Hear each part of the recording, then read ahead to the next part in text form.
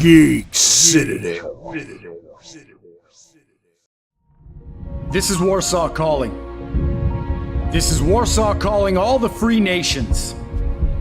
My name is Robert Hawkins, and I am an American war correspondent broadcasting from inside the heart of the besieged Warsaw.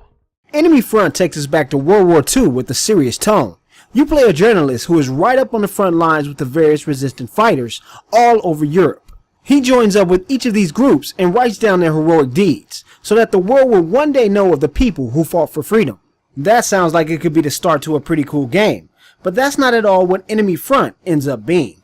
I write for a living. I know how this works. We'll do our best. Godspeed. Wait, you write for a living and you know how this works? Wait, how does that have anything to do with shooting a bunch of Nazis? First of all, this game was made with CryEngine 3. I don't know how this title was supposed to be something that was made with the engine that created Crysis 3.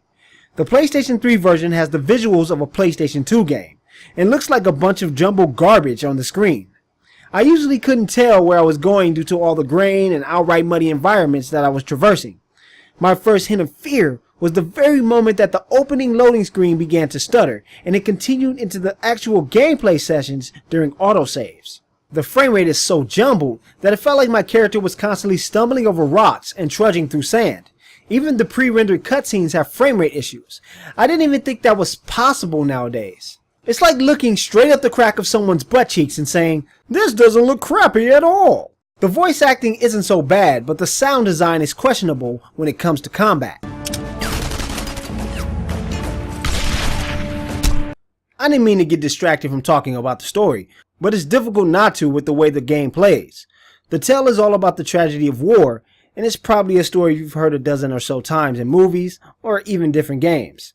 It tries to regale you with the story about this brave journalist helping other freedom fighters from tyranny, but it's so cookie cutter that it may as well have been plucked from the library of generic storytelling.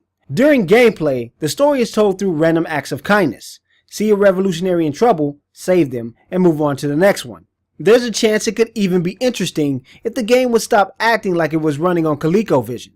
The worst part of it all is that the frame rate issues and grainy visuals actually impact the gameplay. Enemies have some sort of motion blur when they run, and slowdown will hinder your aim and movement during intense firefights. Ha! What am I talking about? There aren't any real intense firefights in the game. The AI are crack shots, but they are dimwits who stand about waiting to be mowed down by bullets. Of course, if they didn't do that, you probably wouldn't be able to fight back amongst the awful technical bog. I've never really played many games where I've almost immediately wanted to turn them off. I actually took a fair amount of time to trudge through the disgusting lack of care paid to this title. Once I noticed that this game was $30 with a 20% off sale on Steam right after it launched, I had a distinct sensation of bile build up in my stomach.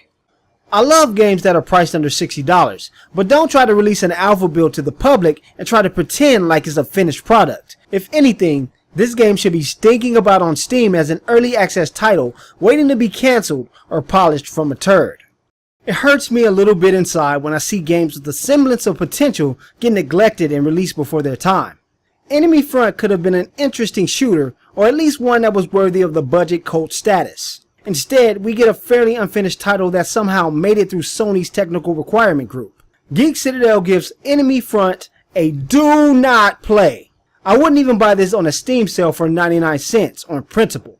Do yourself a favor and stay as far away from Enemy Front as possible. It's an awful cash grab and an abysmal technical performer for the PlayStation 3.